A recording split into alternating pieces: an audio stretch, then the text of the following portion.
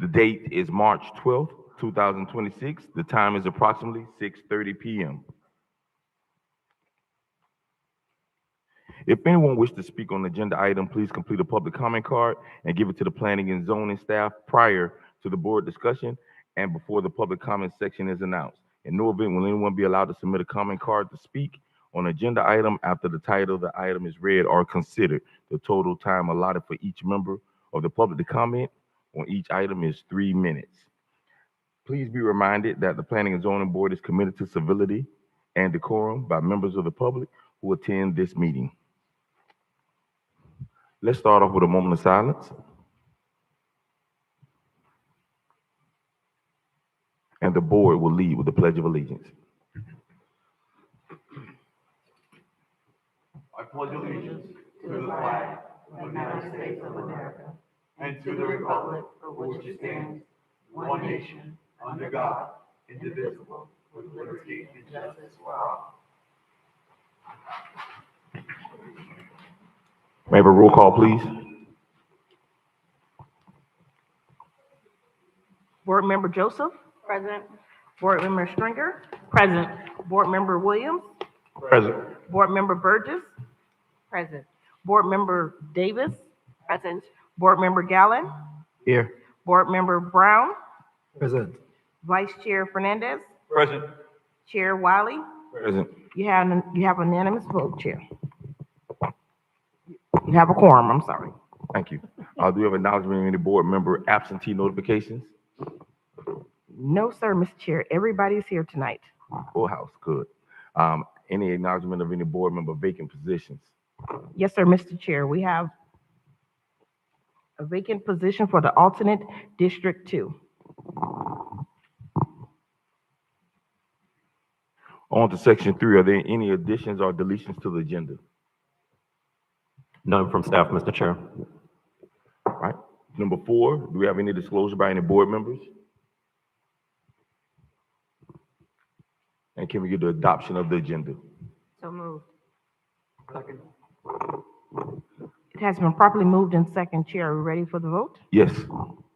Board Member Burgess. Yes. Board Member Williams. Yes. Board Member Stringer. Yes. Vice Chair Fernandez. Yes.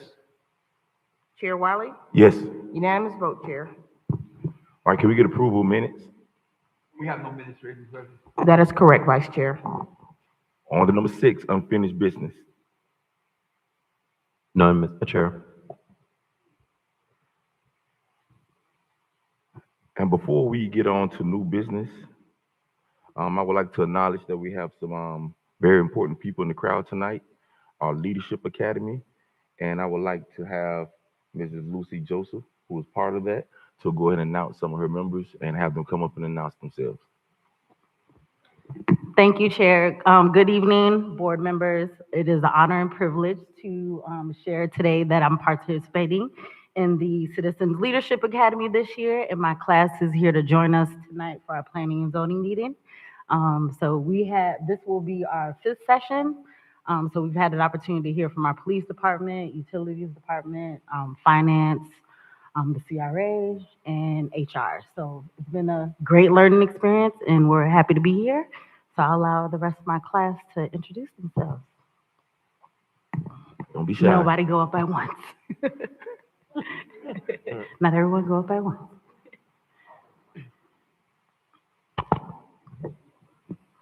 I'll bring it to you. It'll be quicker. I'll pass it around. Ty Spence. Joseph Bedford Sr. Nicole Young, Mainline Nursing Services, Inc. Vanessa Nocent. Dr. Latoya Newby. Eunice Terrell. Devatris Lindsay, Esquire. Aziza DeGale. Hello, Captain Robert Silva.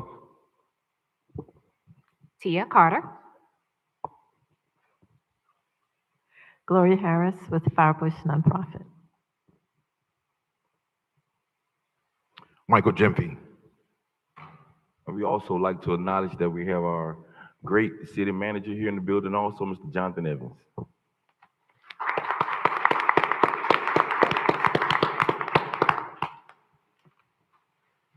And thanks again for your dedication to the city of Riviera Beach. All right, let's go on to new business. No new business, Mr. Chair, only our workshop item. Let's go ahead and start. New items. Mr. Chair, as mentioned at previous meetings, we know as staff that we're here to support you in your responsibility to advise the city council as it relates to planning and zoning matters. With the recent appointment session from city council, we have an additional 4 new board members, and some of you have been serving for quite some time, so we believe it right to embark on the training series that we're currently in the middle of to make sure everyone understands all aspects of the types of items that you will be weighing in on as advisory board members. And so tonight we are going forward with the second installment where we will get into a little more detail on the types of applications and terminology that you hear regularly as we present different development projects to you. So as previous in the last training session, Principal Planner Mr. Curtis Thompson will be leading the way to get a little more granular in the types of things that we discuss and that we evaluate for planning and zoning. So without further ado, Mr. Thompson, the floor is yours. Okay, thank you, Mr. Chairman. Everybody has a copy of the PowerPoint presentation, I assume? Yes. Good. Okay, so let's get started. This is the basic table of contents that you see here that we're going to be going through. I have a number of slides, so I want to be able to move efficiently. I don't want to go too fast, but I don't want to linger either. So I'm sure as we go along, you'll have questions, but as always, I always like to do the presentation and answer your questions afterwards, but however the board wants to do this, but I just want to take it forward and see where we go. So there you have the 8 items, and I'm going to start off with the very first one, which is the future land use map, or the FLUME. Future land use map is a key component of a comprehensive plan that visually designates the long-term preferred and planned development patterns for land within a jurisdiction. Typically, it covers a 5 to 20 year period. It acts as a policy guide for growth, outlining allowed uses, density, and intensity. It is not a legal binding zoning map because we have a separate zoning map. Essentially, in a few words, the land use map is the comprehensive plan in a geographical format that you see there. Second, the land use map change amendment. Okay, so what is a land use map change amendment? The future land use map amendment is a formal legislative process to change the designated future use or development intensity of a property within a municipality's comprehensive plan. In this case, the Riviera Beach Comp Plan, aptly titled Riviera Beach 2040. It requires submitting an application, paying fees, and undergoing public hearings to ensure consistency with local planning goals and infrastructure capacity. Common types include small-scale amendments, usually under 10 acres, and large scale, which is usually more than 10 acres. They're expedited for state mandate changes or comprehensive plan text amendments to amend long-term city policy. Large-scale map amendments and text amendments require approval by the State Department of Commerce when we have, when there are large-scale amendments. Small-scale amendments do not have to go to the state.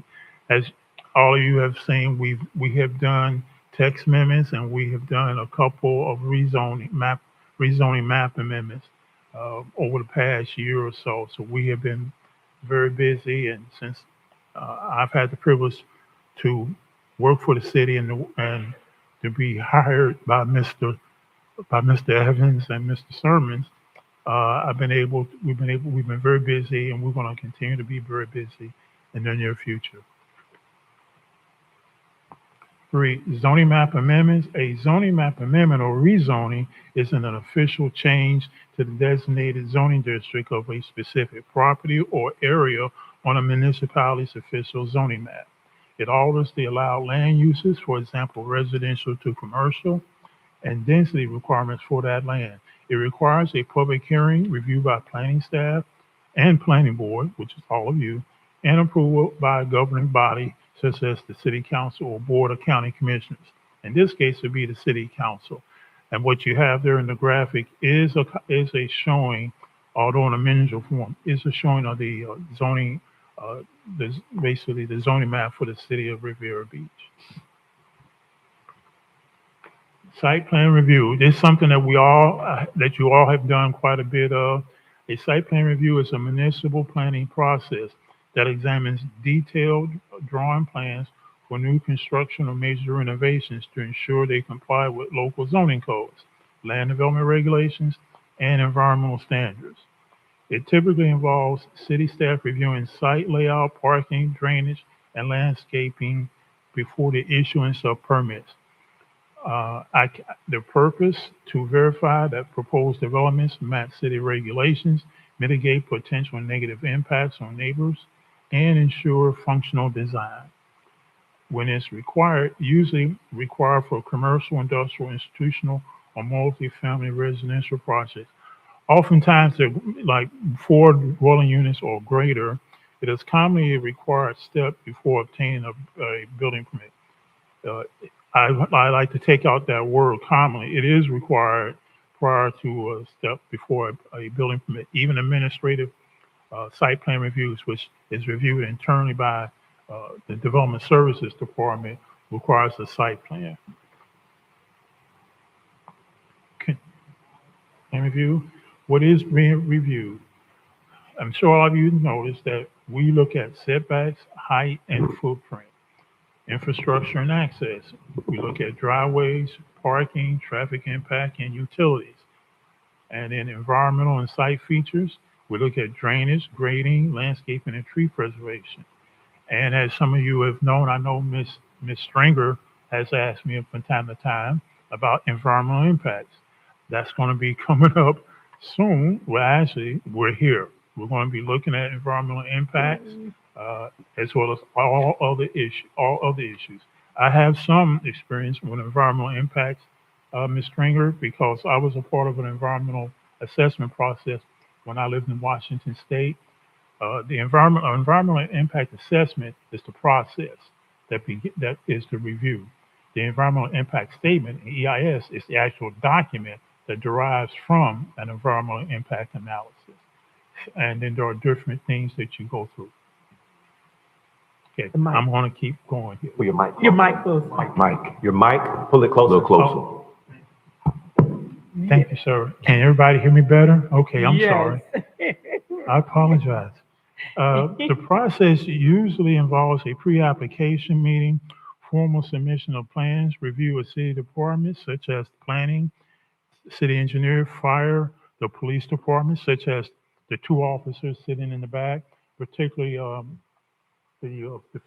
can't remember what is Miss Phillips. Thank you. Officer Phillips is a part of that review process. She's helped me out on a couple of projects. So thank you, ma'am. Moving on. Special exceptions and PUDs. A special exception, also known as a conditional use permit. In other places where I work, special exceptions we'll call conditional use permits. Here, each city is different. Here, PUDs are part of that. Let me move further. It is a land use permitted in a specific zoning district only if it meets specific predetermined criteria and receives approval from a zoning board or a planning and zoning board such as yourselves. It allows for uses that might fit in an area but require careful review for compatibility, such as schools, churches, hospitals, and residential zones.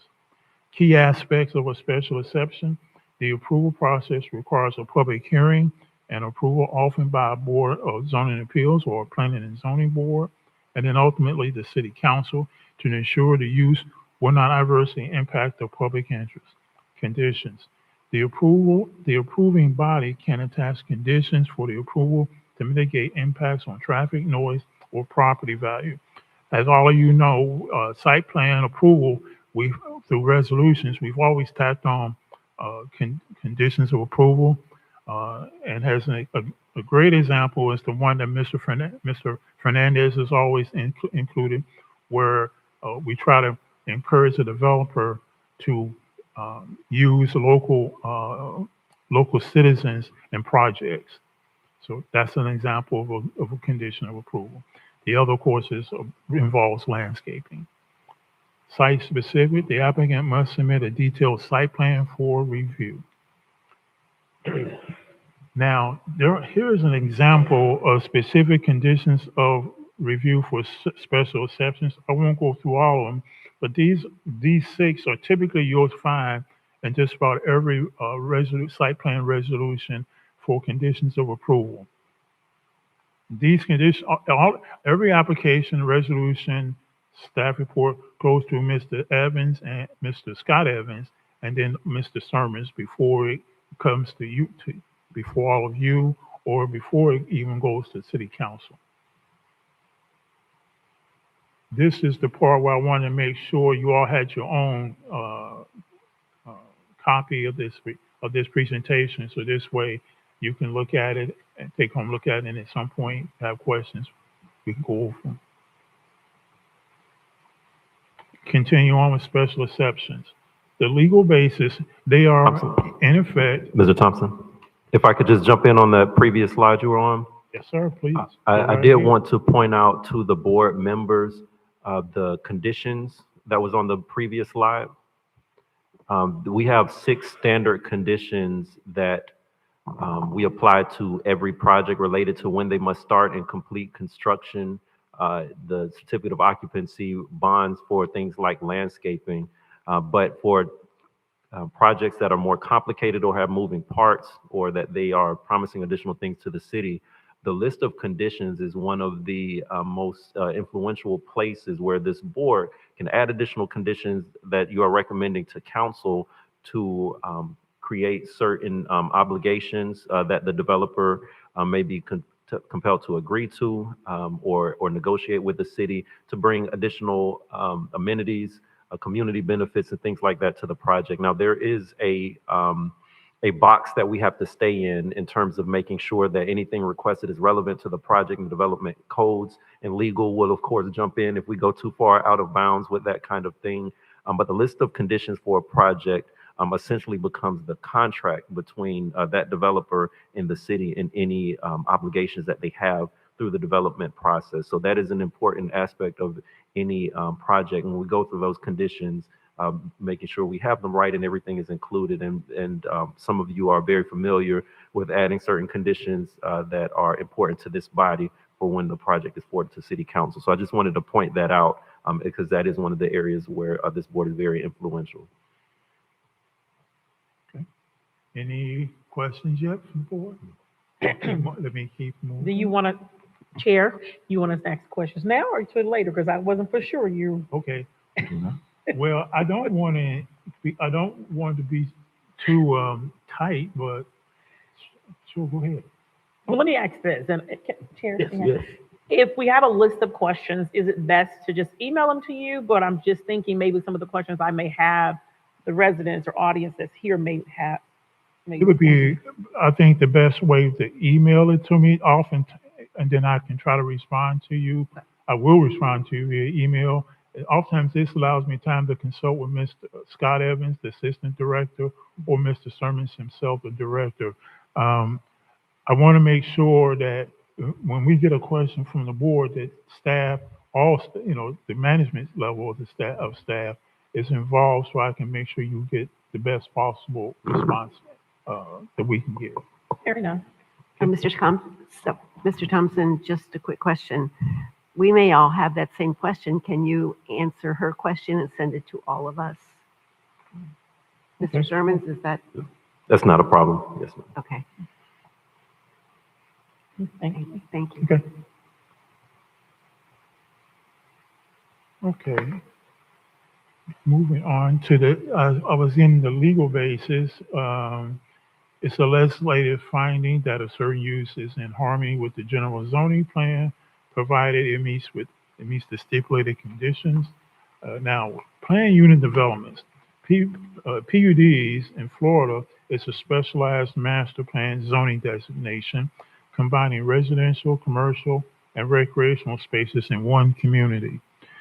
Unlike traditional subdivisions, PUDs allow for flexible, higher density design requiring mandatory homeowners association or HOA membership and fees for shared amenities. Residents typically own their home and the land beneath it. Now, the difference with condominiums is that while both often have HOAs, PUD owners usually own the land and the roof, whereas condo owners typically only own the interior space of their unit.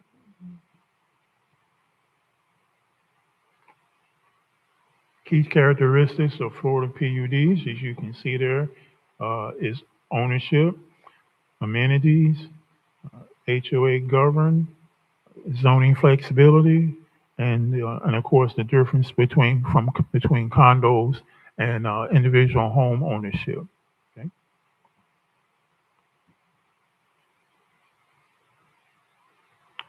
Density and floor area ratio, or also known as FAR. Density means the total number of residential dwelling units per acres of land.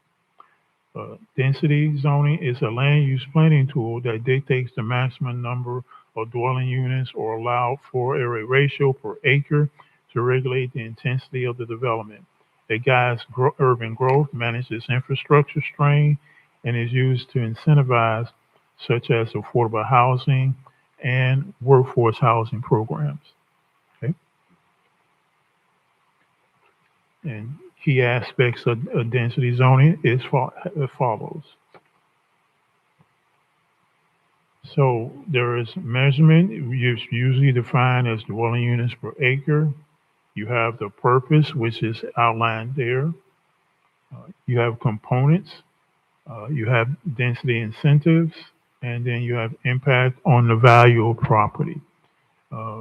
Typically, while traditionally low density was preferred, some studies show that upzoning or increase in allowable density can significantly increase property values, particularly in high demand urban areas. I think, such as maybe single island area where you have very high density, but you also have, I would say, pretty expensive housing there. Chair, if I may, please. Yes. Okay, I do want to ask this question because I think a lot of times because we know the information, or we meaning staff, that we just assume the residents will know it. Can you literally give a layman's term or an example, not term, but an example of, how density plays in part of that? Because people are watching and people are here, just so you'll know. We're not just skimming through everything. Okay. Well, okay, density. Let me just give you like an example. I'll use the RM20 zoning district. The RM20 zoning district is 20 dwelling units per acre. Okay, and typically that is the highest density zoning district in this city. But in actuality, there's a caveat there, because you only get to 20 units per acre when you apply for, that's a bonus. The extra 3 units are a bonus.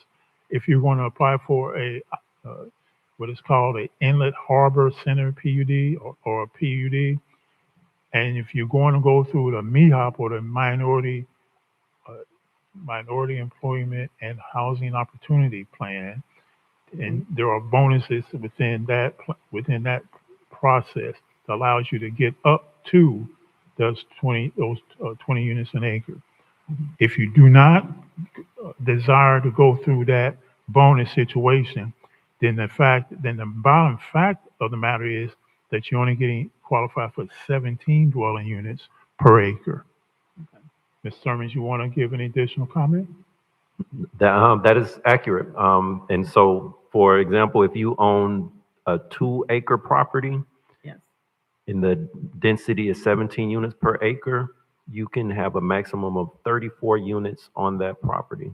And that is one of the things that we check for in the planning and zoning department to make sure any project that comes through the city, they are within the bounds of the code, which is approved and passed by city council. And we are just the administrator of their laws. And density is one of the first limitations that you have in zoning regulations of how you can develop your property. One of the first is use, which Mr. Thompson covered when it comes to what zoning districts are where. Based on a zoning district that tells you what use you can have, then your density tells you how intense that development can be. So if it's residential, the zoning district says 17 units per acre, that's your limitation. And that's how it comes together to make sure that there is a certain level of expectation for how our city will be built out and what's the maximum amount of persons and uses we can have in certain places.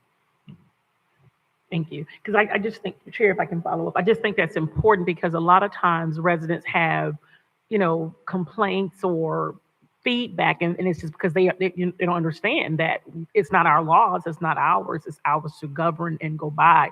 And I wanted to make sure we brought that up. Thank you so much. Chair. Yes. Mr. Summers, could you explain how the CRA development or CRA would differ from regular development, or do they have to stick to the density and height? Yes, the CRA is the Community Redevelopment Agency, I believe is the A. They are a state allowed reinvestment district that exists in many cities across the state. The state has to approve them, but what they allow is that for a certain boundary within the city, and our CRA is primarily the Broadway corridor and the areas near the waterfront and Blue Heron. Within that boundary, there is a goal to redevelop and get rid of slum and blight. To do that, the CRA has its own governing organization, and they are able to receive the tax increment of the district. So when the property value goes up above the date when it was established, that additional tax revenue goes to the CRA for them to reinvest in that area of the city. So they have their own master plan, goals, and objectives to get rid of slum and blight. They do not have their own land development regulations. That authority stays with the city. So we still control the zoning districts, the regulations in that area. However, when a project is proposed for the CRA, after you all provide your recommendation on it, it goes to the CRA board, and their staff and that board reviews the project for consistency with the CRA master plan. And so they, in addition to your recommendation, the CRA provides a recommendation to City Council, and City Council still has the final say as to whether they're going to approve or deny or approve with conditions. But the development regulations stay with the city. The CRA does have many goals and plans and aspirations for how different areas of the CRA should be built out, and they weigh in as to whether development is consistent with their plan. But the zoning, density, setbacks, all of those typical and hard regulations of how you can develop the site, that remains with the city. So, Chair. So basically, if I'm a developer in a CRA area and I got 1 acre, I can build 17 units. So why would I even entertain a 34-story or 20-story plus building with more than 17 units? So a developer is going to try to maximize profits. And so they are going to try to get as much as they can out of a property to maximize their profits. And of course, people who want to invest in the city of Riviera Beach, we're interested in that as well. We don't want properties to sit vacant and underdeveloped and, attracting nuisances. And a developer, of course, they're going to try to maximize their opportunity with the property they own. And there are certain things such as what was just described, the special exception. That is a type of land use approval where in some cases, especially with our PUDs, which are special exceptions, where a developer will say, the base zoning for this property is 17 units per acre, but this PUD allows me to get FAR, which allows me to build much higher and more dense and more profitably. In those situations, staff is responsible for reviewing the application, determining if it meets the criteria for the PUD, packaging that information and presenting it to you for a recommendation. We are not offended by a developer trying to maximize profits, but we have a responsibility to balance what the code allows, what the comprehensive plan says is appropriate for an area, what citizens may tell us. They may write to us via emails. They may show up at meetings like this and give us feedback on whether they want or think that proposed development is appropriate for the area. So we take all of that into account into our staff reports, and we present it to you, present it to the city council so that the decision makers can decide on that. But if our code allows it, then they can apply for it. If our code does not allow it, they cannot apply for it. So it does start with the land development code, those regulations at the end of the day. City council creates those. They direct us how to change them. Sometimes we have recommendations and say, hey, this is not functioning well with the development community or with our residents, and we recommend considering this change, or this is the state of planning, or there's a new state law that says we can't do this, or we need to do this with planning. So there's many reasons that codes are living and breathing and evolving organisms, so to speak. And so a code is not permanent, but if currently a code says that this is a optional application that can be applied for here, they can do that. A property owner can also come in and say, hey, I don't like the zoning district I'm assigned. I request to be changed to this different zoning district that does allow more height and density and profitability to this property. And that's the homeowner's right as well. And so we respect the development community as property owners, just like we would respect a resident here that comes in and says, I want to change my windows, and here's my application to change windows. We have a responsibility to process all of those applications the same. Make sure you get your permits for windows. That's important too, though. You don't want someone just changing those without inspections. But to answer your question. Thank you, Chair. Mhm. Okay, I'm moving right along to the floor area ratio, or FAR. It is the measurement of a building's floor area in relation to the size of the lot or parcel that the building is located on. The FAR is expressed as a decimal number and is derived by dividing the total area of the building by the total area of the parcel, as you see in that parentheses. FAR is an effective way to calculate the bulk and mass of building volume on a development site, and is often used in conjunction with other development standards such as building heights, lot coverage, and lot area to encourage the community's desired arrangement and form of development. In this context, higher FARs indicate greater building volume. And I have such as you see by this illustration here, you see the FAR as 1. And so you can see how a building can spread out one story and cover the entire building. But you can also see in the next, in this one here, you can see where they go up a couple of stories and it's still FAR 1, but instead of covering the entire lot, they cover half the lot, but that second, instead of this half being here, it's on top as a second story. And then you see here another option for the FAR of 1, where instead of covering the whole lot or even a half a lot, you now have 4 stories. As you can see here, like it's sort of like, Mr. Wiley, you're a teacher, so it's sort of like this. It's like like division. You have a box, and you divide it up into 4 parts, and then you take each part equals a floor. So instead of going here or here, you go here and go 4 stories up. Okay, and it's the same way FAR 2, same thing, except now you're doubling this. You're doubling the allowable square footage. Instead of, you can do 2 stories here and cover the whole lot, or 4 stories for 8.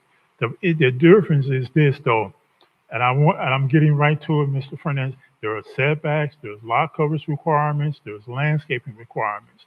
And so I doubt that you will seldom see this type of thing here or here, because there are other extraneous limitations that will limit a project looking like this or this. You more likely would see something like here or one of these two. Because of the setbacks, landscaping requirements that are all zoning codes, maybe a few exceptions, and this zoning code with the city, you couldn't. It's very seldom would you be able to get this type of arrangement because one of the first things that we look at, particularly myself, is where's your setbacks, where is your landscaping, and the building can only cover so much property because there are drainage issues. Okay, and that's a very big important thing that I've noticed in this state. Drainage is important because this Florida is a low-lying state, so to speak, and so drainage is very important, particularly during storm season. Now, here's the other part, Mr. Wiley. As you've seen here, you have 0.25. That represents 1/4. And so you have a entire property, and you take that box and you divide it into quarters. And so the FAR is 0.25, and that's usually how it's expressed. So this is a 0.25 FAR. This is a 0.50 FAR, but you can see they can go up a floor. Or you will even see, like in the prior slide, 0.50 could probably be half of the lot here. Okay. Here, this is a FAR 0.75. This is what you would see because of the setbacks, block limits on building covers, parking, and landscaping. You will see something like this schematic here. Another one you'll see is FAR 1.25. You now have a 5-story building, and that meets the 1.25, but you can see here there's property left for parking, landscaping, things like that. And that's how mostly you have seen this type of layout for most projects. Okay? Building height.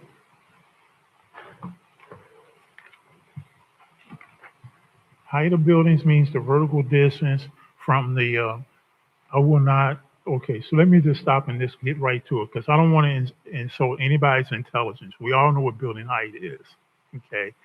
So the key here is that the minimum floor of 18 inches above the crown of the road.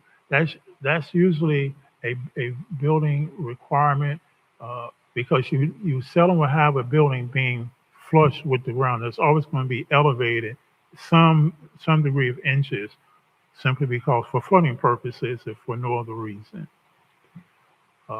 The highest point of a flat roof, here's a flat roof here, the deck line of a mansard roof, and there's a mansard roof here, the average height between an eave and ridge of a gable or hip and gambrel roof. Here's a gable, here's a hip, and here's a gambrel roof. Okay, and you can see the H stands for height, how it's measured. You see it goes up for the flat roof here. For the gambrel, you see the height measured here. For the mansard here, etc. This came right directly from the zoning code. Okay.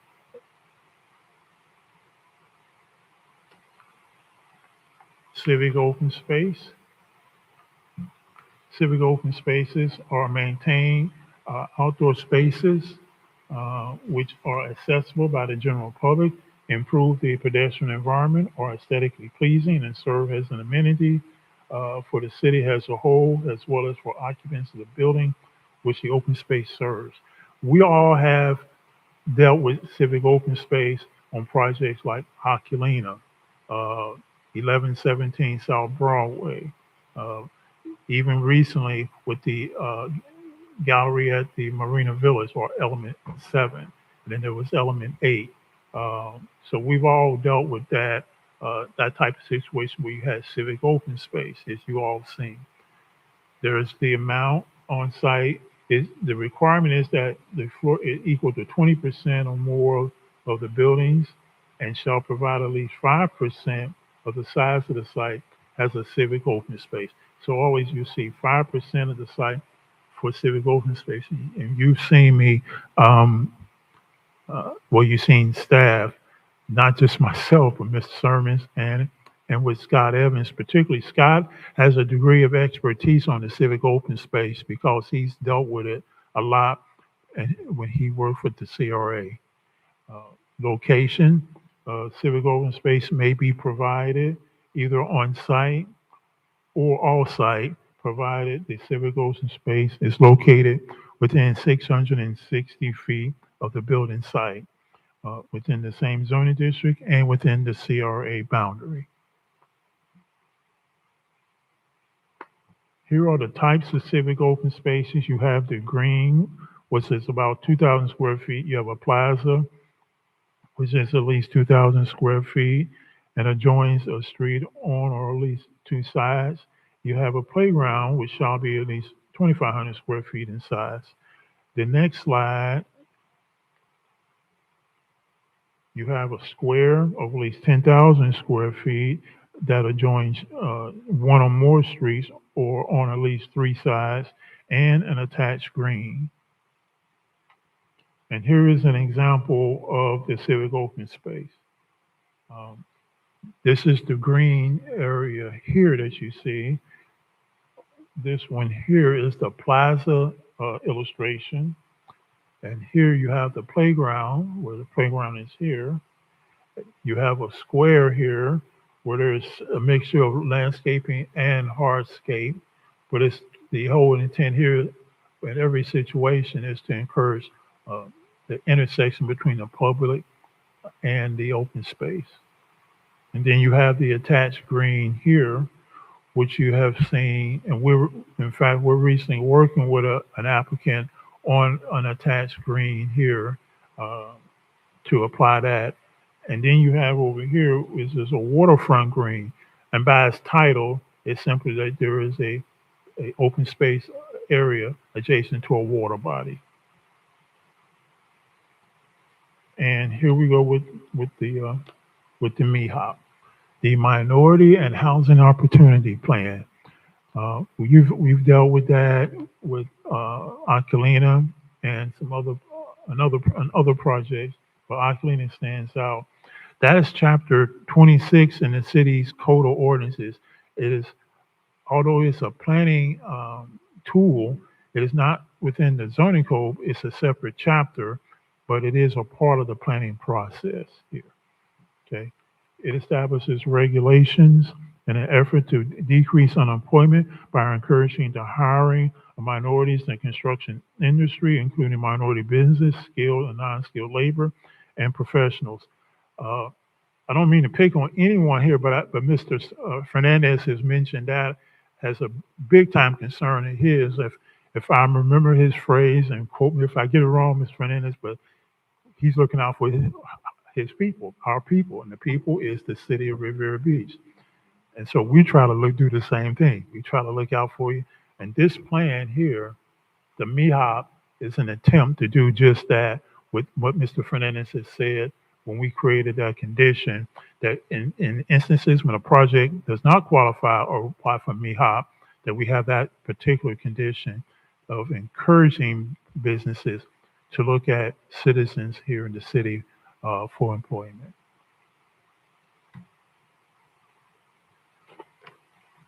And there is a list of MIHOP bonuses, of which the next slide I will show to you. I'm really glad you all have your own copy because I think you can use this, as a good tool. Thank you. Here you have, this is why I wanted to make sure you have your own copy because it's hard to read that particular graphic. But you will see here on the left-hand side, the zoning districts, and on the right-hand side, you see the bonuses which people can apply for, okay? The main one that has been used a lot here is the one at the very bottom, the IAC PUD, which in the code currently, the maximum height of a building can only be 20 stories at 240 feet.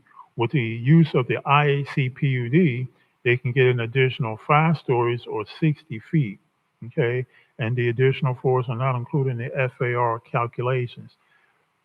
This particular tool, planning tool, the ICPUD, has been used at Ocalina. It's been used at Broadway, I think of 1117 Broadway.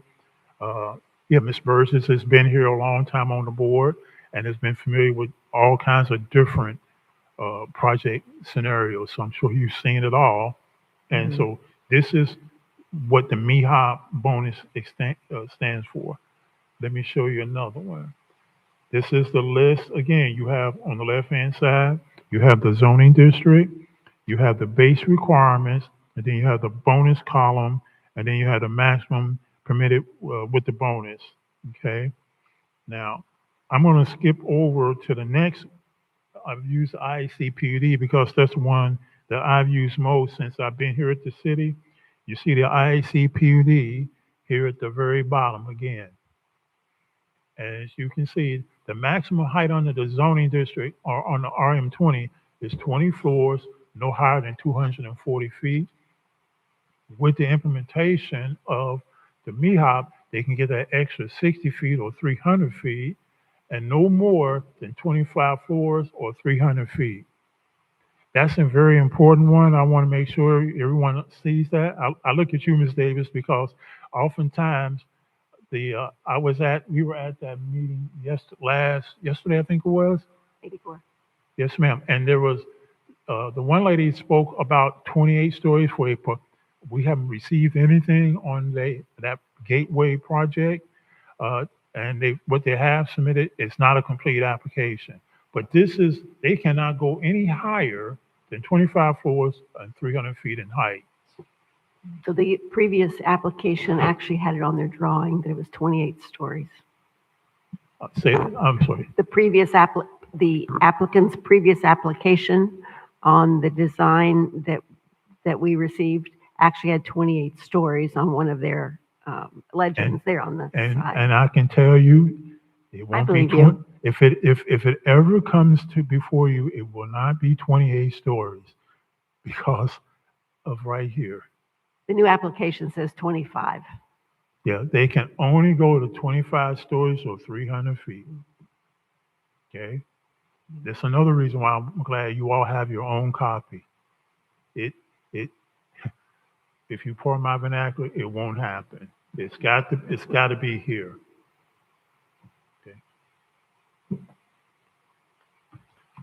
Number 8, and that is the principal arterial design. We have talked some about that, but Scott Evans is really familiar with the principal arterial design standards. I've used it some, but I'm going to start paying much more attention to it in the future. They're established for the development along principal arterial roadways, excluding all areas having a downtown district designation. The arterial design standards to ensure that such uses are compatible with other uses permitted in the same district and to protect the public health, safety, and welfare of the community. Delineation of overlay districts. The Riviera Beach Principal Arterial Overlay District shall be imposed. It's like you have the zoning district, and then it's like this imaginary overlay that sits on top of the zoning district. And it's to be superimposed on all properties, only properties that are fronting on any of the following roads in the city. And you see that right here. Dr. Martin Luther King Jr. Drive Boulevard, President Barack Obama Highway, Blue Heron Boulevard, Broadway, or also known as the Broadway Boulevard, 13th Street, Military Trail, Congress Avenue, and Australian Avenue. Okay. Now, this is where really this applies to all of you, because you always come to the end of a project, and now you have to make a motion, a recommendation to City Council. Okay, and it's usually one of 4 options that you have. The first one is you move to recommend to the City Council to approve the project. It's a straight approval. And oftentimes that number 1 appears for ordinances, because ordinances deal with like things like, it's a legislative process, things like rezonings and land use changes. And typically you won't find conditions of approval attached to rezonings and land use change. You either approve it or you recommend approval or you recommend denial. Number two, if you recommend a land use change or rezoning with conditions, that's usually kind of called contract zoning, and that you're putting special conditions on a rezoning or land use change. And that typically is not a legal process because there's been case law developed that rules against that, because that kind of compromises the zoning scheme or the zoning process by putting conditions, negotiating. That's like contract zoning. You're negotiating a rezoning, and in return, you're asking for something in return. When the zoning process is either approval or denial. Number two, you recommend approval of the project subject to proposed conditions of approval. And this is what you've done on. Got a question real quick. Yes, ma'am. Thompson, just a follow-up question. When we not deny, but vote against the project, what then happens? What your recommend is a recommendation, Ms. Joseph, and it then goes to the city council as a denial. Case in point, there was that one case. Lone Pond Golf Course. There you go. Which we said no. No. And the city council, the first reading said yes. Then 5,000 people showed up. And sayonara. There you go. That's the best example. And it went right to the council with a recommendation of denial.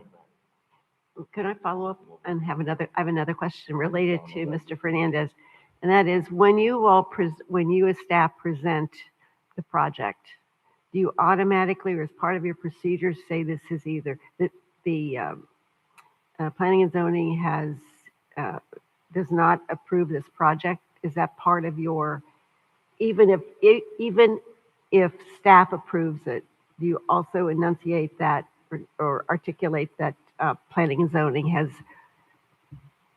denying it? Is that part of the procedure? Yes, ma'am. Here's the reason why. Well, let me just answer the question, and then Mr. Fernandez or Ms. Burgess or Ms. Gallo, Ms. Brown can jump in, particularly Ms. Burgess, because she's been on the board a while too. What happens is that we recommend approval. Okay, there's a staff and we do everything as a recommendation. And the board decides, no, they don't think so. And then there's a majority vote of 4-1 or 5-0 to recommend to the council that they deny it. And then we may have staff, I make sure I ask that you give me some reasoning, some conditions of denial or standards of denial. I would then make sure any planner, but not just me, I would then make sure that those conditions that you state the reasons why it was denied goes to the city commission, goes to the city council. And that's in the form of either the ordinance or the resolution, which indicates you denied it 4-1 or 5-0, and here are the reasons why you denied it. We don't make things up. We don't sugarcoat it. It's a denial, and here are the reasons. I'm going to always ask you, well, what are your reasons? And the reason why I look at Mr. Fernandez and Ms. Burrs is because they've been through that war. Do any one of you want to comment? No, I think you said it absolutely right. It's like a justification. So whatever our recommendation is, whether it's approval or denial, still has to go to the city council that way, same way it moves from this board to the next one. And Mr. Chair, if I may, I'll add to that. All of us in this room, as well as the CRA board, we are just in an advisory capacity to the decision makers. And one of the earliest lessons you learn as a planner in our profession is the power isn't with you, and not with projects of impact and of scale. If it's a driveway permit or those window permits that everyone always makes sure they get when they get that work done, yeah, we can approve that. But anything of impact, of scale, that's a decision of the elected body, and we have to remind ourselves that it's not our decision. We don't have the power to make those decisions. So, I think as planners, we've all been humbled at some point or another where we thought something was good or bad for the city, and it didn't go our way at the end of the day. But our responsibility is to advise the decision makers as best as possible and make sure they understand why we believe that for whatever reasons we are recommending denial or approval, and try to be as influential as possible. But the power lies with that elected body to make those decisions. So that's why we shy away from using the word approve, even when we talk about this board. When we talk about our staff recommendations, we're not approving anything because it's not within our authority to do so. That is a decision of council. We just recommend for approval or denial. Chair, if I may. And just to say, that's one of the reasons why it's so important for us as citizens to be civically engaged, to show up to meetings, to see our elected officials if they're really voting on our behalf for us, right? And not just for themselves. Because they sit in these positions, not for themselves, they do it for us. So if we don't hold them to what we put them in that position to do, then that's on us. But that's why we are civically engaged, and that's why we vote. Ms. Burgess makes a good point, because Mr. Fernandez, when we've denied stuff since I've been here, he has sent emails. I've received an email from him to tell this. Sometimes he wants to see when is it going to go to council? Did we get the wording right from all of you? And to make sure that the council gets it just as you all have told us. Okay. And Ms. Burgess has been I think the longest serving member now on the board, and was here when I came on board. So was Mr. Gallen and Mr. Brown. Whenever there's a denial recommendation from you all and the staff recommends approval, we are duty bound to put it in the resolutional ordinance, your denial and your reasons for that denial. Otherwise, it's like Mr. Fernandez did. Okay. Let me piggyback, Chair, on Ms. Burgess. Everybody keeps coming up to me, traffic, workforce housing, we can't afford to live in this town anymore. But you know what? We make those recommendations to City Council, the CRA director who was here last time on the last project. But we need our citizens and the voters to go into the City Council and make sure that our point gets across. If they don't, then we don't want to hear about the traffic congestion, the same things we hear all the time. You need to be proactive in your community and at the City Council meetings. Now, I know nobody likes to sit there for 5.5 hours. Believe me, it's painful. I'm not going to point anybody who can, see how painful it is. But you do need to show up and you need to speak up. So, thank you, Chair. Absolutely. So, so at any rate, any other questions? So the next move, the third point is move to recommend to the City Council denial the proposed application as submitted and reviewed by the board. And then there is the fourth option, and that is to move to continue the proposed application to a date certain to allow the applicant time to amend their application as requested and outlined by the board. So these are your four options that you have, and I have seen this board use all four, even number 4 to continue it. I was here for that situation, but these are the four options that you have. Okay, this one talks more about the board's review and focus. So for every project, and this is where I suspect we're going to have a free flow here of discussion. Impacts of projects on surrounding properties. So you're looking at neighborhood compatibility, and I hear that a lot. When you talk about concern and interest, the impact to the surrounding communities. I've heard the chairman speak about that a lot. That's neighborhood compatibility. That's what you're talking. That's what you're talking about, Mr. Wiley. That's what the board is talking about. Land use amendment and/or rezoning compliance with the comp plan. So it says workforce or affordable housing. I've heard Mr. Fernandez talk about that. and so forth. I've heard Ms. Davis a little bit talk somewhat about that. Environmental impacts, Ms. Stringer. Potential impacts on heritage, important natural areas, and water pollution, air, things like that. Ms. Davis to talk about the wind tunnel issue for buildings too tightly together on the Singer Island area. That's the environmental impact. Circulation, parking, and landscaping for sites and landscaping for street frontage. That's what I was talking about. This point is about the ability to have enough landscaping and open space to allow for drainage purposes. Drainage is a very big issue here, and I pay particular attention to the ability for properties to have enough landscaping and enough area for drainage purposes so that even a regular I say that in quotes, old thunderstorm can create a flooding situation. So we want to make sure that we have adequate drainage systems available for the city. This city has been around a while, and some of the drainage systems, we need to take a look at those. I'm not an engineer, but I've been around engineers long enough to know that, you all can eyeball a situation and can tell that a situation exists with a flooding issue. Building facades, is it compatible with existing neighborhood? Does the project scale and design minimize adverse impacts to the neighbors and make improvements to streetscape and public realm?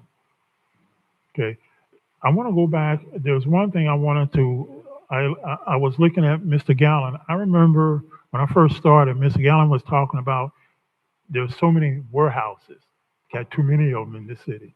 And some of these warehouses could be used for workforce or affordable housing. They could be converted. I haven't forgot about that, Mr. Gallen, and Mr. Brown even talked about, I remember you all were very concerned about that. I haven't forgot about that. So at some point, I'm gonna look at the concerns of workforce affordable housing because I used to live in Seattle, and there they use a warehouse district. You have people living in those places, living there. They own those places. They're dwelling units. Okay, I have mentioned to Ms. Stringer where I lived in Washington State. I was a part of an environmental impact statement. There was a development. I used to work for the Forest Service. There was a move to have a ski resort in a rural area, and those folks fought that tooth and nail. And they got an environmental impact statement that was done about that thick. Okay, and turned out the ski resort was never built because of the impacts. And there they didn't have comprehensive water and sewer systems. They had septic tanks, and there was an issue where they had to even build a water and sewer plant. But because of a number of things and the expense, even to this day, I was checking last week, that ski resort was never built. They have ski slopes, but an actual resort didn't happen. So those are the kinds of things that I have experienced, but also I've experienced by listening to all of you and what you have said. I know that Ms. Joseph has a planning background, a very heavy planning background. And Mr. Wiley has been on the board. Ms. Fernandez, they've been chair and vice chair. So you all have a leadership responsibility in this neighborhood that I'm aware of, that I pay attention to. Believe it or not, I'm listening and pay attention to it. And sometimes a lot of times I will ask you questions. Mr. Williams, I'm sure he listens. He listens very carefully, and I can appreciate that. So with the combination of what all you bring to the table, Mr. Brown is a surveyor and an engineer.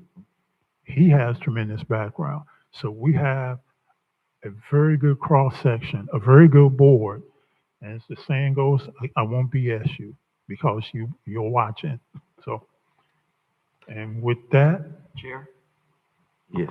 Mr. Thompson, on that note, we've also brought up before that all these industrial areas that have been vacant for ages, zoned industrial, we mentioned it, that just because it's industrial, we can't change it, force the owner to change it. But if we approach the owner and said, hey, we can do workforce housing or affordable housing here, are you amenable to it? We can do that. Yes, sir. That is why I remember what Mr. Gallen said, because uh, yes, that is something that's on my mind for the rest of this year now, because as you know, the comp plan is being amended. And after the comp plan gets approved, we're gonna look at the zoning code. Okay, amending the zoning code.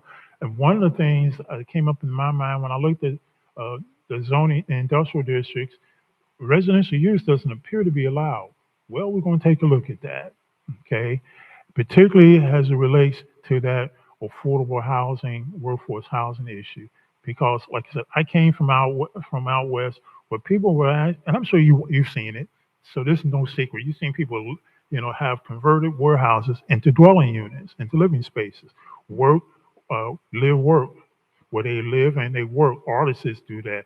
In Seattle, they had an artisan district, and it was for the warehouse and people. You had artists. Their studio was there, and they also live on the upstairs. Same thing here that can be done with all of these warehouses. And like you said, Mr. Fernandez, it's if I have enough time, we have enough time. We got the staff now. We're going to look at some kind of ways to go to the owners and say, would you consider converting using your warehouse space as living space for a firefighter, a police officer, or some folks who just need a place to live that is inexpensive or affordable. Mr. Chair. And so, having said that, this is why I remember what Mr. Gallen said, because it was like 2022, I think you said that when I first started. And I said, I'm going to remember what he just said. Yes, we've been saying it for a while now, but thank you very He's much. been saying it for a while. Yes. Miss Burgess has also mentioned things about property appraisal values, because that's where she's from. So, all those things come into play here. From the Mr. Chair, if I may? environmental. Yes, sir. I just wanted to advise the board that we do have several public comment cards for this item. I will now complete the presentation. Thanks a lot, sir. Appreciate it.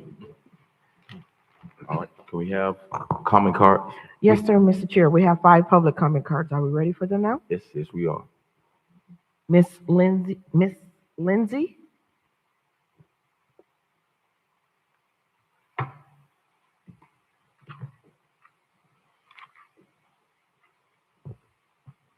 Good evening, everyone. I'm Devatris Lindsay. And my question is, with the new proposed more flexible combinations of commercial and residential uses, have speed limit regulations, thank you, have speed limit regulations and law enforcement presence been taken into consideration to ensure that it is in the best interest of the residents?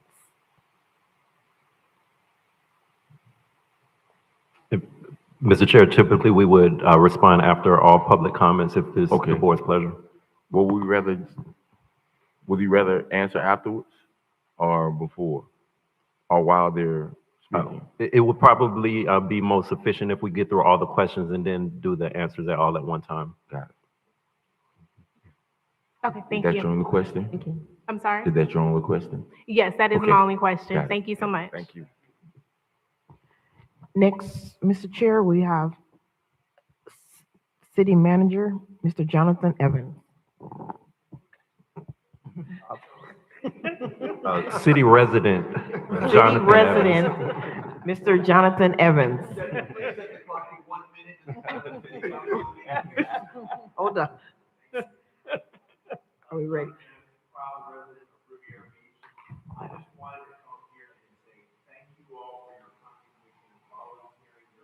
Valuable time to go over codes and rules and regulations and policies and processes and projects that impact the quality of life of residents in our community. As a resident, I'm certainly glad that you all answered the call to serve your community.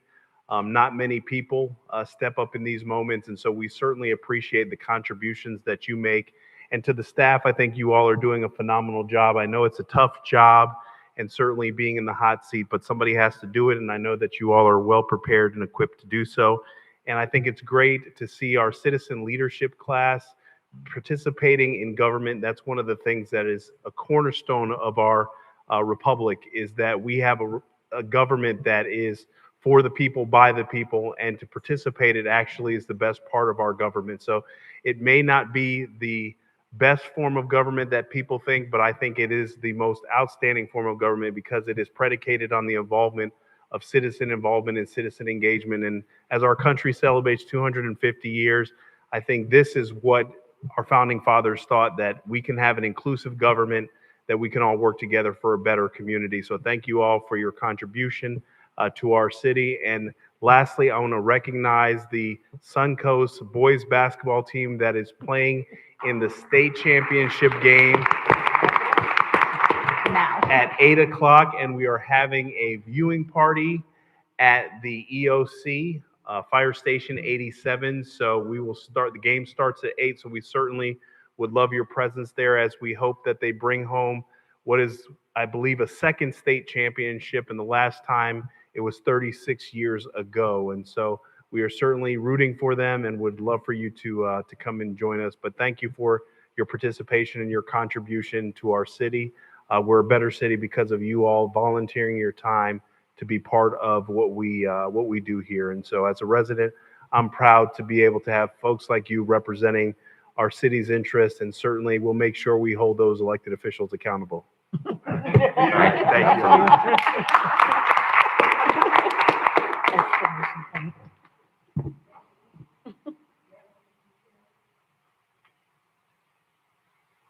Mr. Gymfini? I'm sorry if I mispronounced your last name. Gyamfi? That's him. That's it?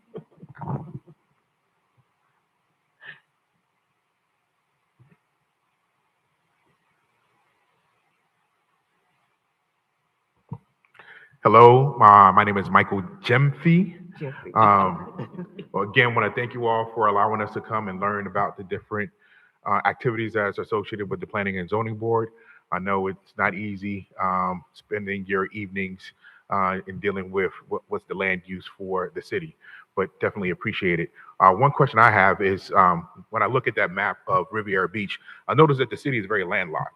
And so what is the thought about how do we expand the city, given our very weird geometric figure that we have? I know that there's some unincorporated land that is there. What is the thought about incorporating that into the city to expand the footprint of the city?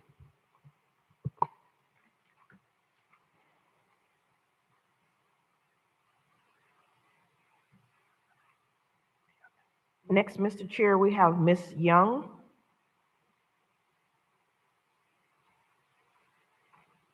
Good evening, everyone, and again, thank you for your time.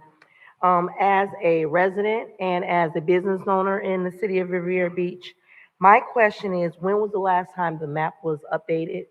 And is there any plans on updating to benefit small business owners? And I noticed that they said that here on the map that it's not legally binding. Can someone clarify what that means, again, as a business owner? Thank you. Okay, let me try to take a crack at that. One more. Yeah, one more. One more Oh, question. I'm sorry. I need to wait.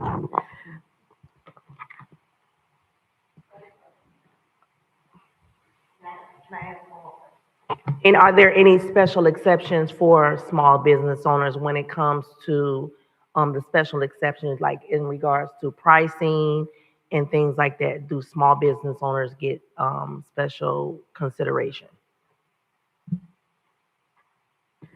Next, Mr. Chair, we have Ms. Harris.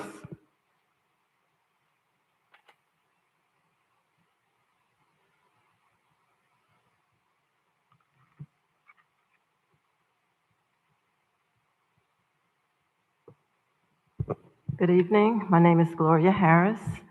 I was born in Riviera Beach. I grew up in Riviera Beach Heights, graduated from John F. Kennedy High School in 1968.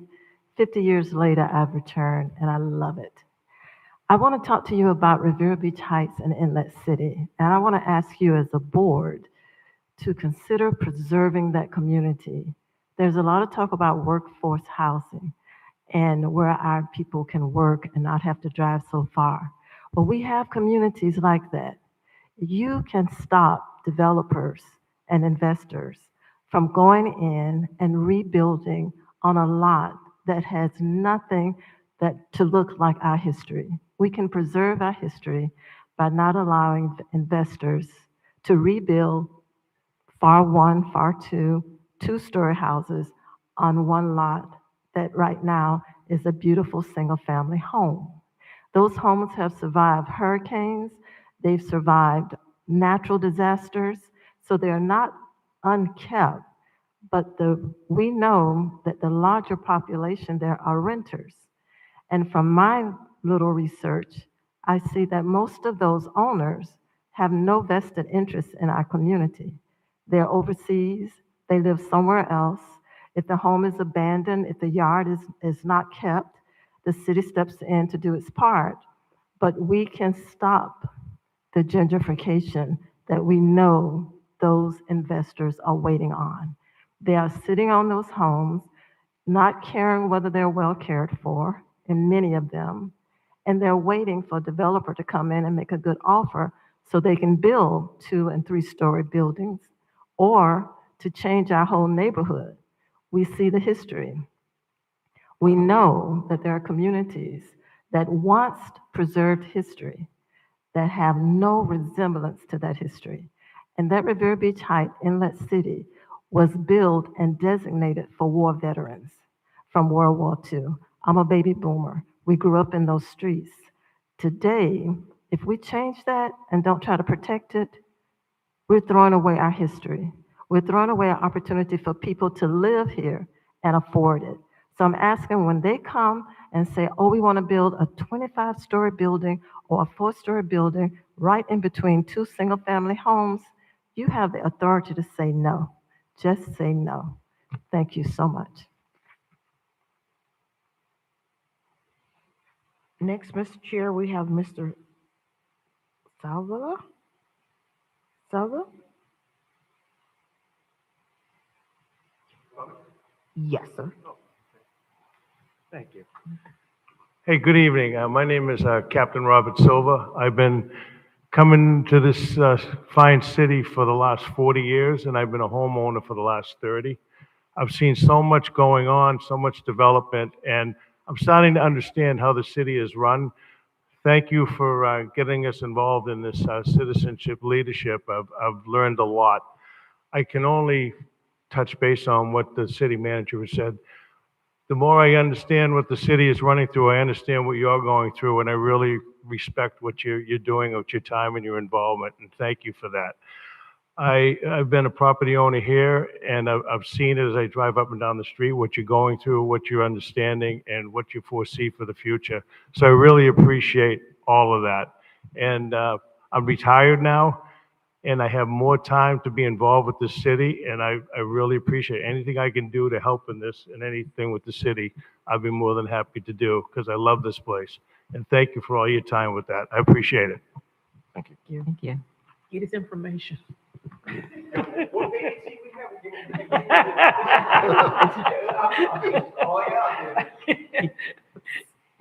That ends the comment cards, Mr. Chair. Oh, that's funny. That's funny.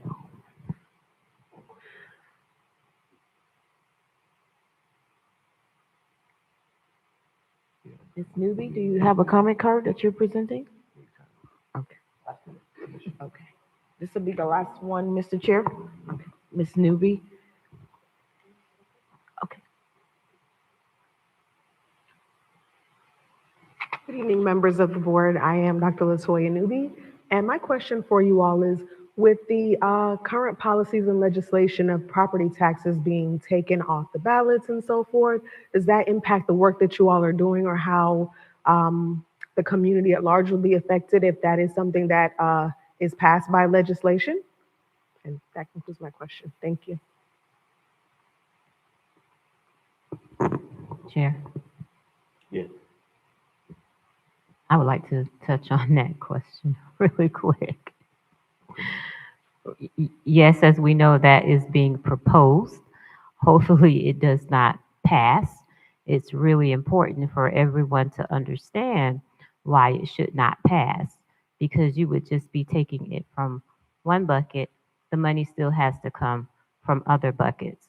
The money that goes into your property taxes pays for very important services that we all need and use. So if that money was to disappear, it would not benefit us. So please, when you have the opportunity, make sure you get out and vote, and you vote no for that. Thank you. Thank you. That's it for the question. Yes, Mr. Chair, I'll attempt to answer those questions posed by the public comments. First, the expansion plan for the city. Yes, the city does have an expansion plan. In the comprehensive plan, it talks about an annexation program for the city. There are limits to it. The city is sea-locked on one side, so we can't grow in that direction. And we are municipally locked to the north and south by West Palm Beach and Palm Beach Gardens and Lake Park. To the west, and there's a couple of donuts, so to speak, within the city. There are some opportunities for annexation, and that is the process where a city legally incorporates additional property or land into its boundaries. Recent changes in state law make it very difficult to do that. There was a point where cities could annex strategically and based on, what services. Sometimes we provide water services beyond our municipal boundaries to places that need it, and there was a time where you could automatically annex those types of places, but state law makes it very difficult to do that now. If there's even one property owner that is an objection to being annexed, cities cannot move forward. So it is a very legal related process, but it is possible. It is very difficult with the current laws, though. But we do have a plan for it and what strategic areas make the most sense to be annexed into the city. And it is a process that we have to initiate with council through the legal department if we are to move forward. And it's heavily supported by planning staff in our work. But it is a legal process to incorporate more city into the, incorporate more land into the city. There was a question about speed limit regulations and law enforcement presence as it relates to new development and development of large scale. The police department is a reviewing agency with the development process. They look at the design of a property and they try to implement and review with the lens of a acronym called CEPTED, but it is a acronym, and I can't say all the words, but it evaluates a property to make sure that it's done in a way that reduces crime or creates barriers for environments for crime to thrive as much as possible. So they review projects for that lens. They also are aware of the boundaries of the city and the responsibility to police it. So I can't speak too much to how a police department would determine the right size or the right number of cops to serve their constituency. It may be a per capita count per, I don't know how many thousand residents, one cop per, and to work these different shifts. So I don't know that aspect, but they are aware of developments that come in as they are a reviewing agency, and they are responsible for monitoring traffic on the roads. And that's whether new development comes in or not. But how they right size their organization, that's a little bit out of the land development side of things. But we do incorporate them into the process to make sure that they are aware of what's coming in and can prepare themselves accordingly. The next question, when is the last time the map was updated? And I'm assuming that's referring to our zoning map and our future land use map of the city. We update that, well, the city council approves changes to it regularly. Every couple months, there's typically a change to the zoning or the land use of a property, and staff in the Development Services Department is responsible for updating the city's GIS or electronic map that's available online to understand what the zoning district and future land use designations are around the city. So we do update that, and we work with a third-party consultant to do that work as well.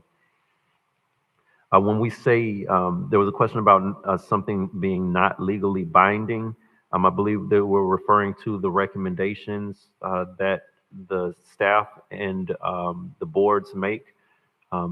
The city council is legally required to take recommendation from the local planning agency, which this board is, when it comes to matters of the comprehensive plan of the city, because the comprehensive plan is required by the state and regulated by the state. But as we mentioned earlier, our recommendations are just that. They can overturn or approve against what a recommendation is for this board or staff. So it is not legally binding, but it is legally required that they have the recommendation of this body for items related to the comprehensive plan. And there was a question related to the Riviera Beach Heights and what's allowed in those areas. And this is a problem definitely not unique to Riviera Beach. And I know there were some news articles related in Lake Park about I would say, an older style of development where we have that kind of Florida ranch style home. It's a one-story wide linear home that takes up the lot, probably 2 palm trees in the front yard. But the current development trends are 2-story homes that fill up more of the lot. And that is the state of industry and building and development. And that's not a problem unique to Riviera Beach. I have studied and followed some cities' attempts to rein that in, but it is a difficult thing to do because there is a certain expectation that persons have, and Florida real estate is very expensive, as you all know. And people are, even an individual homeowner building a home, they expect to maximize their investment just like a developer who would be doing an intense project. So there's a certain balance that will have to be struck between what is too much and what is respecting the building wishes of a property owner.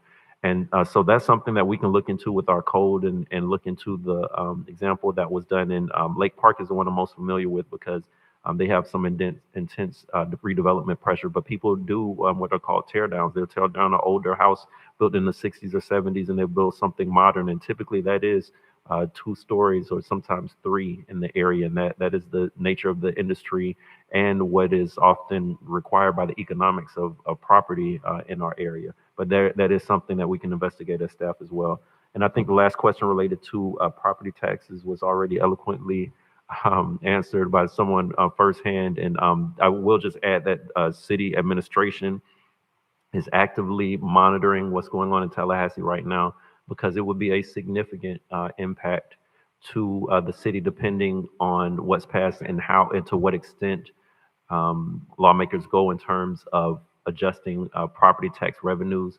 But generally, in most places, it's about 60% of the city's revenue is from property taxes in most cases, and reducing that by any significant margin requires deep cuts in services that are provided. And we are waiting to see, and the city is already taking precautions and doing what we can to adjust for anything that could come. But that's all I'll say on that one.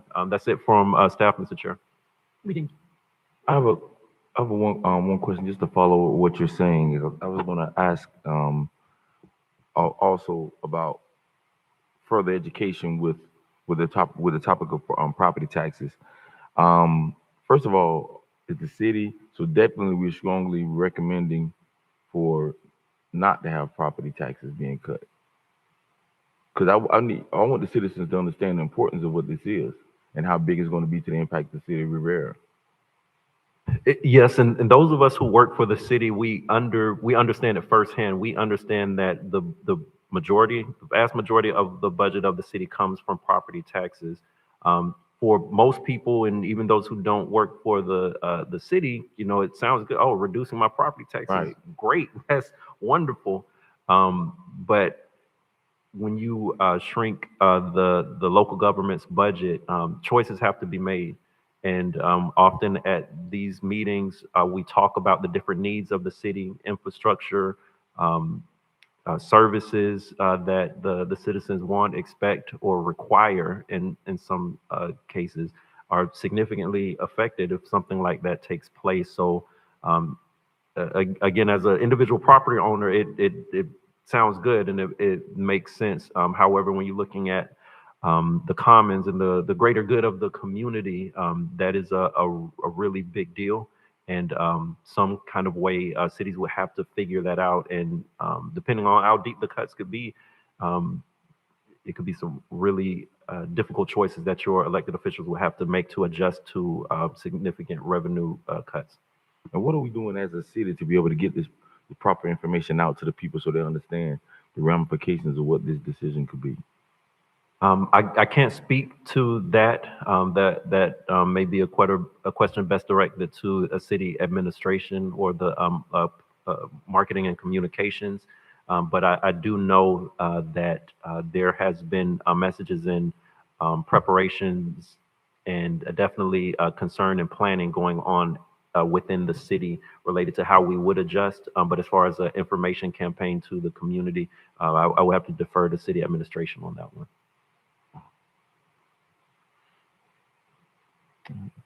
Chair, real quick on that part, that's something that we can do as well.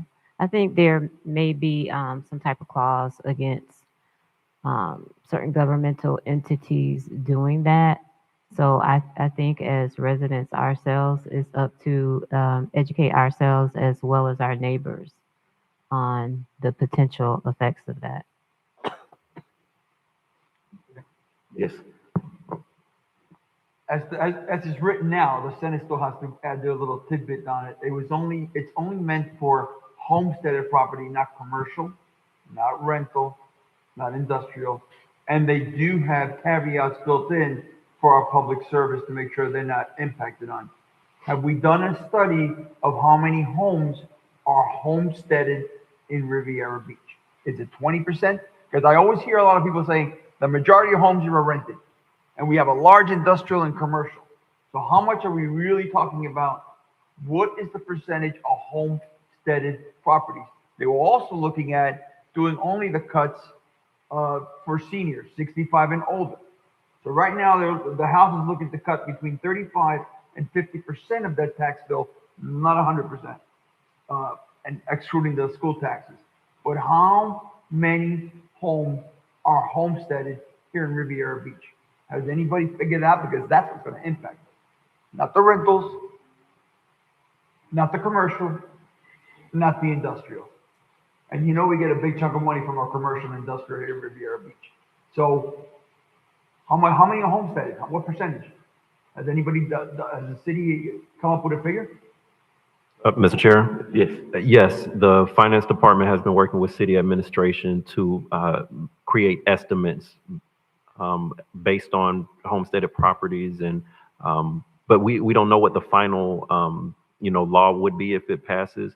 But they have developed some estimates of what the range of cuts and effects could be on the city. I don't have that number, but yes, the staff has been working on trying to anticipate what it could be. It would be nice to have the exact amount of homesteaded properties in the city, because those are the ones that are going to be affected. And then you're looking at 35%, maybe 50% cut. But we need to know, it would be nice for the citizens to have all of the information. Right. Because there's a lot of citizens here that live here, and their property tax bills have gone up, even if they're homesteaded, 3% a year. So now their home is now worth $400,000. Well, that 3% is taking a nice chunk out of our seniors or other folks that have been living here for a very long time. Because you will know, property taxes went up again in Palm Beach County this year because they're saying that the housing values have gone up. So what I'm trying to get at is we need to be prepared. We need to know and get the facts out Once the Senate passes whatever they're gonna do, and they merge both bills with amendments, we need to figure out how many homes are homesteaded in Riviera Beach. That's something the finance department should have already calculated. That's a simple figure. So we need to know what it is. I don't want to misconstrue anyone in the audience to think that that number is not in the hands of finance and they haven't figured it out. I'm saying I don't have that number. I'm not on that committee, but the city is working on behalf of its residents to figure out what that may mean and be able to prepare accordingly. But I do know that they've run the estimates, and I'm sure they started with the number of homesteaded properties and trying to estimate based on what the cut may be and the range and coming up with some projections. But I do not have that information with me tonight. Thank you, sir. Mm-hmm. Thank you, Chair. All right. Chair, I have a comment Yes. and question. Yes. No, I had a question. So two things. One, and I don't want to, no, we don't want to, we got the game, and then we don't want to be here all night either. But to the vice chair, even though where the city is planning and all of those things and preparing and getting the proper information out, if this passes and the vote, the residents vote on this and it passes, it's a much more impact that people are considering. You have social services that are funded by taxing districts. So it's not just only our city part of it. There's multiple layers to it. And so it is vitally important that education and being informed is that. And then getting back to the individuals that spoke, we didn't address the business part of it. Ms. Young had a question as relates to business tax receipt and business something else. And I forgot that we didn't address that question. You are correct. Thank you for bringing that to my attention. I think the question was, are there, and I wrote it down too, is there a special exception for pricing for small businesses?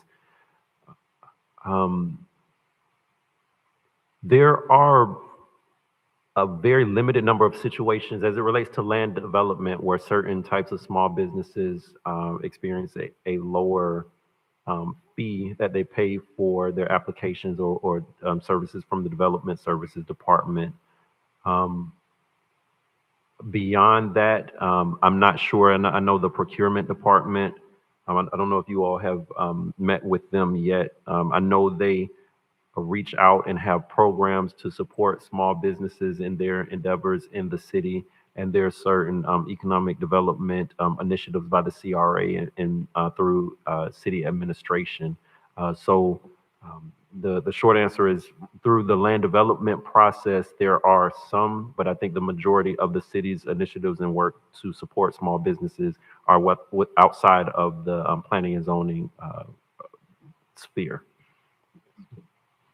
Thank you. Chair, as a follow-up question, is there a way we could start adding a condition, especially to our mixed-use projects that have commercial spaces? We can add a condition that says that they would rent or offer that space to a small business as a way to, again, support small businesses in our community. I'm not sure on that one. I would have to defer to legal to research to make sure we're in our box when it comes to requiring that kind of thing, because at the end of the day, this is private property, and local government only has so much authority to say what you can and cannot do on your private property or who you must lease to. And I know we do a lot of that in planning and zoning, because we tell you how high you can build and how close to the property line and things like that. And when it's for justifiable public interest, there's a lot that we can do. But there's also a line that legally we have to respect people's property rights at the end of the day and their ability to run their businesses in the way they see fit. So that particular question is something I could review with legal to see if we're in bounds for that. There's certain things that if a developer comes here and they just voluntarily want to do something, then it's not an issue. But as far as us requiring it or making it a condition unilaterally, we do have to have certain levels of justification for those types of things. So the short answer is at this moment, I can't answer that, but it is something we can look into. Understood. Thank you. What we try to do, Ms. Joseph, is from what Mr. Fernandez says, we have a condition where we encourage that type of thing. But we, as Mr. Sermon said, we have to be careful from a legal standpoint. But we can't encourage it. And well, I've done that. I've mentioned that. But I've also said in the same breath, I can't force you. I can only encourage you to do that. I understand. I just knowing what we're seeing in the market right now, a lot of commercial spaces are sitting vacant. So if there's opportunities where we can support local small businesses, I think it's beneficial for everyone. That's all. Mr. Wiley, I have a question. Mr. Chair? Yes, Ms. Lee. All right. Yes. As a city, I mean, we all hear a lot of presentations from developers and what even, whatever's in the newspaper of everything that's being built. So how do you, when it comes to workforce housing and affordable housing, how do you calculate how much our city needs? Make sure I understand the question. How do we calculate how much is needed? In our city, because, every city's different and, they have different population. Like West Palm Beach has a lot more people than we have, so maybe they would require more workforce housing just based on history or affordable. So how do you figure how much we need? Well, there is, through the census, there is, division. You've seen the census report, and it lays out the percentage, the income that people are making. When you have a census, they go around and do the census. And through that process, there is a percentage of what is called the area median income. If you're like 80% or below, you're within a certain classification of in terms of affordability, and then it goes down or up from there. There are statistics, that we could go through the Bureau of Economic and Research called BEBR through the state to get that information. That's the best place to go to get that. When the developers are coming to you, do you say we've already committed to what our capacity is for workforce or affordable housing? I mean, that's sort of my question. How do you calculate it now? Maybe that's a different question, maybe for Mr. Sermons. You need 10,000 units or 10,000 properties, 5,000? How do you know? And I don't have the number off the top of my head, but I do know that in our comprehensive plan in the housing area, we do have a target number of units that we're trying to partner with the private sector to achieve in the city, and it is based on our demographic data, our income, number of units, and those things to create that target. But I don't have the number off the top of my head. I will just add that if a project is participating in our MEHOP program that requires them to contribute to affordable housing, there is a formula in that ordinance that calculates the number of affordable units that particular project must provide to the city in the form of real property or a contribution to the Affordable Housing Trust Fund. So there is a formula in the code that looks at individual projects for their required contribution. Okay. So when those decisions are made, someone's going to make a contribution to the MEOP plan or property. So if they're building a condominium or rentals, whichever, does the credit of the number, someone gets 5 additional stories, then I don't know if I'll articulate this very well or not, but does that unit or do those credits have to be part of that building? There's so many stories or so many units within that building, or could it go to an area like Riviera Beach Heights that needs some help? And you know what I'm saying? Yes. Okay. And through the chair, yes, you are correct. They do have the option to do either. They can include the units in their development. They could provide the units off-site on another property they control or partner with, or they can provide a calculated fee based on the ordinance that they would pay to a fee in lieu that they would pay to the Housing Trust Fund. So a development has three options when they participate in the MEHOP bonus program. Okay, thanks. Yes, ma'am. Mr. Chair, Yes. Mhm. we have Dr. Hayes would like to say something. Yes. Thank you. Good evening, Dr. Hayes, Assistant to the City Manager. Just a quick update. You all asked the question about how many homes are homesteaded here in the city of Riviera Beach, between 30 and 35 homes. 30 to 35%, I'm sorry, of our homes are homesteaded.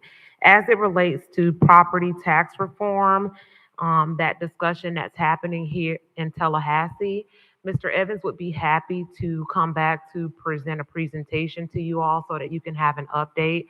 That is a discussion that they are having at some of our council meetings. And so if it's the will of the board, he would be happy to do that. Absolutely. Thank you.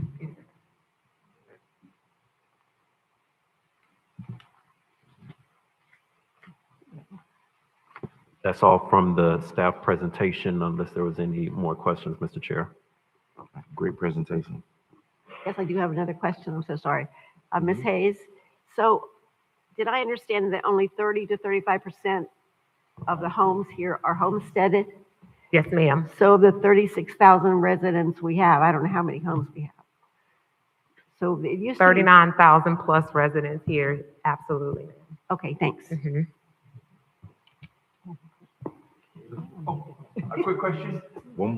What is the percentage of property taxes that they pay? So I do not have that information. However, I'm sure the city manager will, when he comes back to present. You just have to let us know when you want us to come back. You're welcome. Yes. All right, so all our questions have been answered through public comments. Guess we can go into general discussion. Nothing additional from staff, Mr. Chair. Yes, nothing additional. One thing I'd like to say, thank you for the academy for coming. Thank you. You guys have a nice day. And do we have any staff updates? None from staff, Mr. Chair. Correspondence?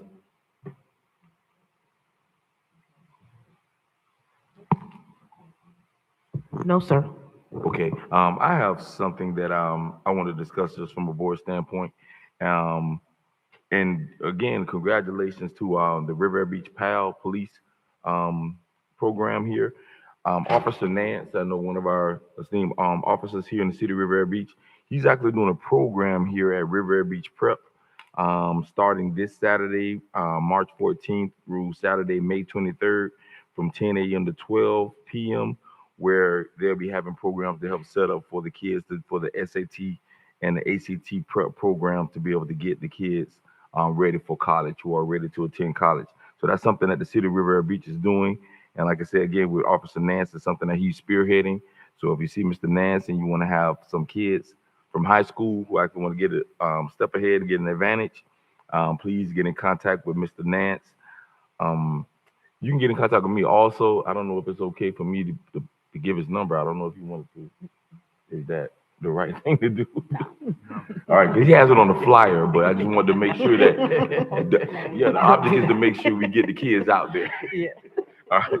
But Officer Nance will be the person that be involved with it also. And also, I wanted to bring up one thing that we're doing also, and I was talking with Mr. Evans about it. Alpha Star program here that I'm involved with here with a young lady named by the name of Marcia Kelly, who works at the Riviera Beach Preparatory Academy also. We're doing a program that's going to be starting Monday, where we're taking 6 kids to Atlanta, Georgia for a college tour. And everything is pretty much paid for the kids and everything, and they're going to go up and see the Coca-Cola plant. If I'm correct, it's Coca-Cola plant there, the Pepsi-Cola plant. The Coca-Cola plant there. And they're going to go up there, and Mr. Evans trying to set the kids up to be able to meet with some government officials. They'll be going to numerous places there to get these kids acclimated to get ready to go to college. Now, the main thing I want to stress with these kids is that these 6 kids were chosen because these kids were at Riviera Beach Prep, and this was almost like a last-ditch effort to get the kids ready for school, right? And what Mrs. Kelly has done with these kids was astronomical because these kids are now scoring 25, 27, 28, 29, 30 on the ACT scores, and now their attitudes have changed to where they actually want to go to college and be very productive citizens of our society, especially here in Riviera Beach. So this program was actually set up for them to where they don't have to pay anything. They're going to be flown up to Atlanta, and we're going to have a Sprinter truck. We'll take them around. They're going to be staying in the Airbnb, and they're going to be going to a lot of different things there. So I will have pictures posted and everything, and hopefully these kids get a good opportunity to see something new, to see something different, and be able to realize that the world is bigger than Riviera Beach, and they had the opportunity. So these kids really put in a lot of hard work to go from where they were to where they are now. And now they have the desire. And that's all they've been talking about all week, is that they can't wait to get there and be able to do some different things and see some different sites. And like I said, along with Mr. Evans is trying to help out with some other things that we can do. So if anybody has any good ideas that you can run across to myself, I'm more than welcome to them. I'd rather have too much for them to do than not enough. But they get an opportunity to actually leave the city to be able to do some good things up there. And like I say, and a lot of people have contributed to it, and they're really, really excited about it and everything. So we'll be out there for 4 days. We'll be out there Monday through Thursday. We're leaving Monday morning. We're coming back Thursday evening. And like I said, I'm just to see the look on their faces. And I don't think I've been hugged so hard. You know, just to have a kid. And like I said, it's pretty much expenses paid for, you know, by us. So the kids just being able to go, and they worked really hard. And hopefully next time we'll be able to take more kids and everything. So if anybody has any ideas, please contact myself, and hopefully we'll do this again next year and be able to take more kids with us. Any other comments? I have one more. Has the city council members made individual contributions from their promotions accounts? No, ma'am. No. And the thing was that we did have a person, different groups and a couple of businesses that actually reached out, and it's crazy because I have a lot of people who I do not know at all, and we have money coming in, you know, $50 here, $50 there, just to help out. They'll pay for dinner or whatever like that. But most of the expenses are pretty much taken care of. But Mr. Evans is trying to, you know, get some things to where, you know, hopefully last minute where it can have something to assist. But this program was basically done through Alpha Star, through donations and everything, to be able to take care of this for the kids and everything. So hopefully next time this will be something that once people see the success in it and what the reaction with the kids, and hopefully other people say, hey, you know, next time I want to be a part of it, and hopefully sponsor some of it next time. But this time it was pretty much on us. So we basically financed pretty much everything for what the kids are going to be participating in. How much more money do they need? Well, to be honest with you, I just want to be able to, for them to be able to have, you know, to pay for dinner. You know, we got to put gas inside the Sprinter and stuff like that. Just small stuff. The big stuff has pretty much been taken care of. But I'm not a millionaire, and you know, so anything would be nice, and everything's going to be documented, so we don't have to worry about money going places that's not supposed to, because we're definitely not that that's not our caliber. But we just want to make sure that these kids get a great opportunity to be able to see something. Nice job. Thank you. Mm-hmm. So that's what we're corresponding. So I don't see a date for the next Planning and Zoning Board meeting. Mr. Chair, the next Planning and Zoning Board meeting will be Thursday, March 26, 2026. And we will be in the Hatcher Room across the hall. Will there be food available? They're They're spoiling us. They're spoiling us now. So can we just do the meetings with the advisory board and the? Well, we will, when Director Sermons comes back in the building, please address all those comments to Director Sermons. We just approved. It passed unanimously. He missed it. Mr. Chair, Yes. and to my left, we have our new Planning and Zoning Board Attorney, Mr. Tracy. Go, Mr. Tracy. Hello. Good evening, everyone. Thank you so much for welcoming me, land use and zoning attorney with the City of Riviera Beach. Looking forward to working with you all. Thank you. Congratulations. Thank you, sir. Do we have any motion to Adjourn. 8:30, motion to adjourn. Second. Good night.